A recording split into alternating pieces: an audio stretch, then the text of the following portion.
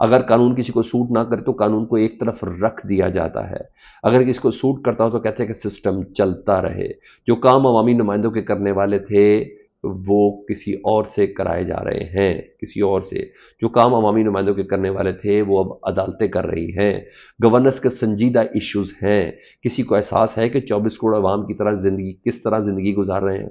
ہمارا اسپرٹ ہی ختم ہو چکا ہے، یہ جو موٹیویشن، وہ جو چیز ہے نا، وہی ختم ہو چکا ہوا ہے۔ کوئی ادارہ اس قابل ہی نہیں رہا کہ اپنا کام کرے۔ اللہ اکبر، ویری سیریس۔ آپ نے ماتحت عدالتوں کی حالت دیکھی ہے؟ مجھے عدالتوں سمیت کوئی ادارہ بتا دیں جو وہ کام کر رہے ہیں جو ان کو کرنا چاہیے۔ سمجھ جائے، ادارے کام اپنا نہیں کر رہے، باقی سب کے کام کر رہے ہیں۔ مجھے پاکستان کا کوئی ایک ادارہ بتائیں جو اپنا کام ہینڈل کرنے کے قابل رہا ہو۔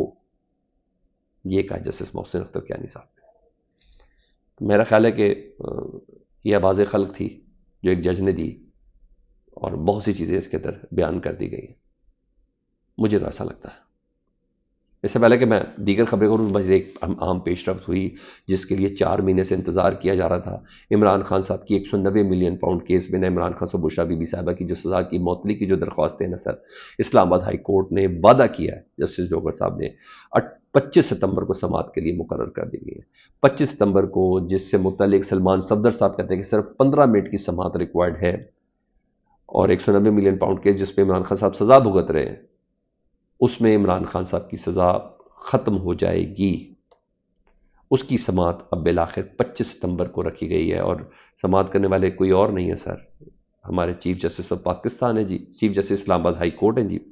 وہ اس کی سماعت کریں گے، جسٹس ڈوگر صاحب، اور دوسرے بھی وہی جج ہیں جو ابھی جسٹس اعظم خان صاحب، یہ اس کی سماعت کریں گے۔ عمران خان صاحب اور بشرا 3 ماہ بعد یہ سماعت کے لیے مقرر کیا گیا ہے، یعنی جتنے سینئر ترین جج ان میں سے کوئی بھی نہیں ہے۔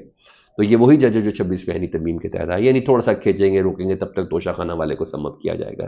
اس پہ تو ضمانت ہے ہی، اس پہ تو کیس ختم ہے ہی ہے نا، توشہ خانہ 2 کو ذرا اسٹیبلش کرنا ہے، تو ظاہر اس وقت تک اس کو پرولونگ کیا جائے گا، جتنا مجھے انڈرسٹینڈنگ ہے اس بارے، کیونکہ اس کے علاوہ کیس کوئی نہیں، تو توشہ خانہ 2 میں سزا کنوکٹ کرنا ہے، تو پھر عمران خان صاحب کو تھوڑا اور عرصہ جیل کے اندر رکھنے کے لیے کوئی نہ کوئی جواز کریٹ کیا جائے گا جی۔ یہ ہاں، ادھر توشہ خانہ 2 کیس میں عمران خان صاحب و بشرا بی بی کی جو بریت کی درخواست ہے نا، وہ بھی سماعت کے لیے مقرر کرنے کے لیے متفرق درخواستیں کل سماعت کے لیے مقرر کر دی گئی۔ بھائی وہ کہہ رہے ہیں کہ توشہ خانہ 2 کیس بنتا ہی نہیں ہے، اور اس سلسلے میں عمران خان و بشرا بی بی کی جو بریت کی درخواستیں ہیں وہ ہے اب اسلام آباد ہائی کورٹ میں۔ اب دیکھیں اس میں کیا ہوتا ہے، دیکھیں کیا، یقیناً کسی طور پہ بھی عمران خان صاحب کا اگر وہ بھی ختم تو پھر رہ کیا گیا، تو یہاں یہ چیز ہے۔ بہرحال یہ چیز ہے، بہرحال جسٹس یحییٰ افریدی صاحب نے ابھی عمران خان صاحب کے خط کا جواب دینا ہے، دیکھتے ہیں وہ کیا دیتے ہیں۔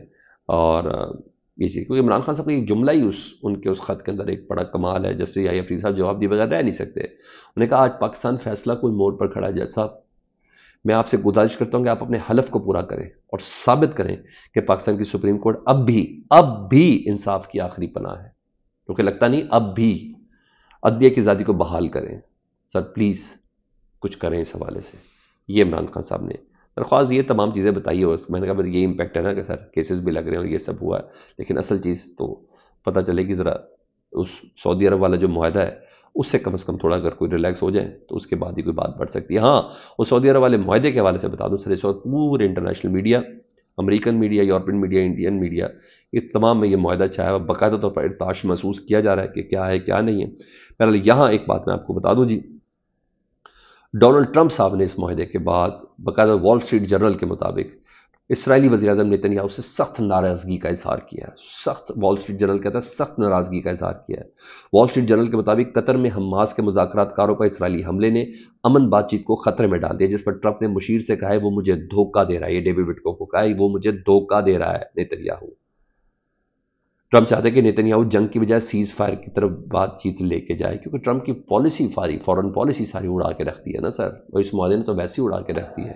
تو انہوں نے کہا یہ وہ مجھے دھوکہ دے رہا ہے۔ اور ایک اور خبر یہ ہے سر، جتنی بھی خلیج عرب ریاستیں جن کی سیکیورٹی کی ذمہ داری امریکہ نے دی ہے، چاہے سعودی عرب ہو، قطر ہو، عمان ہو، کچھ کی برطانیہ نے لی بھی ہے، یہ سب ہے نا، یو اے بھی اس میں شامل ہے، یہ تمام کی تمام نا خلیجی عرب ریاستیں قطر سمیت امریکہ کی معیشت میں اربوں ڈالر ڈالتی ہیں، اربوں ڈالر ڈالتی ہیں یہ معیشتیں۔ اور پھر اس کے جواب میں امریکہ کیا کرتا ہے سر؟ یہ سب سے انٹرسٹنگ چیز ہے. وہی امریکہ اسرائیلی جنگوں میں فنڈ دیتا ہے، یعنی کہیں نہ کہیں سے بالواسطہ ہمارے عرب ممالک کی پیسہ دے رہے ہیں غزہ میں شہادتوں کے حوالے سے، ہمارے عرب ممالک کی پیسہ دے رہے ہیں قطر پہ حملے کے حوالے سے، ہمارے عرب ممالک کی پیسہ دے رہے ہیں ایران پہ حملے کے حوالے سے، یمن پہ حملے کے حوالے سے، لبنان پہ حملے کے حوالے سے، فلسطین پر حملے کے حوالے سے. اگر وہ کہتے ہیں نا کسی تعصب کا اینک اگر اتار کے دیکھی جائے تو اصل حقیقت یہ ہے، یہاں یہ چیز چل رہی ہے جی. ہاں ادھر فواد چودھری صاحب کا ایک مشورہ ہے، اور یہ مشورہ میں کہتا ہوں 100% درست ہے. فواد چودھری صاحب کہتے ہیں کہ تحریک انصاف کی جو اس وقت باہر لیڈرشپ ہے نا، یہ کمل ہے، عقل ہے. اس لیڈرشپ کو چاہیے کہ فوراً پاک سعودی دفاعی معاہدے کا خیر مقدم کرے اور سعودی قیادت کا شکریہ ادا کرے، کیونکہ عمران خان صاحب اسرائیل کے خلاف ایسا معاہدہ جو پاکستان اور سعودی عرب کا ہوا ہے اس کے سب سے بڑے حامی ہیں. پاکستان کا مفاد باقی ہر مفاد پر مقدم ہے، ان کو فوراً سے پہلے کرنا چاہیے. اگر عمران خان صاحب کو پتہ ہو تو عمران خان صاحب بھی بہت خوش ہوں گے. یہ چیز ہے سر. مجھے ایسا لگتا ہے کہ فواد چودھری صاحب کو جو مشورہ ہے نا وہ ماننا چاہیے، فوراً کرنا چاہیے. عمران خان صاحب تو کروا ہی دیں گے. فیڈ بیک سے متعلق ضرور آگاہ کریں. اپنا بہت خیال رکھیں. اللہم صلی علی محمد و آل محمد.